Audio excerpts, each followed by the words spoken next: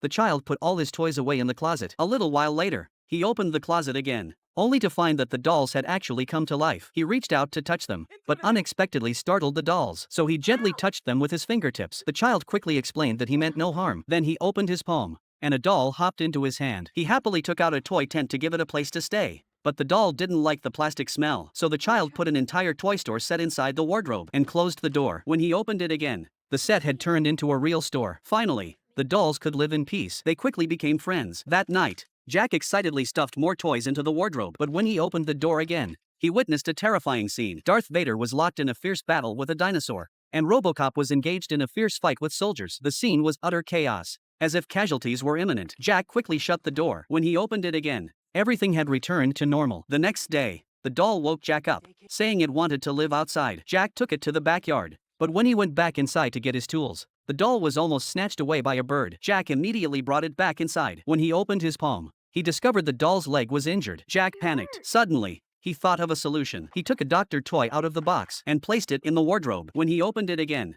the doctor had come to life. Jack placed the doctor in front of the doll, hoping he could treat it. The doctor examined the wound carefully with a magnifying glass and then began to tend to it. Before long, the wound was completely healed. Jack hoped they could become friends, but the doctor said his mission was complete and he wanted to go back. Jack agreed. When he opened the wardrobe again, the doctor had turned back into a toy. To prevent the doll from getting hurt again, Jack decided to build it a big house. The doll said it needed tools to chop wood, so Jack put a fully armed soldier into the wardrobe. After the soldier came to life, he secretly took the soldier's axe. With the tool, the doll quickly built the house. The next day, Jack came home and found a big house standing there. He thought the doll might be missing its family, so he put an Indian chief inside the wardrobe. But when he opened the door, the chief had been scared to death. The doll walked over to check and confirmed there were no signs of life. Jack felt terribly guilty.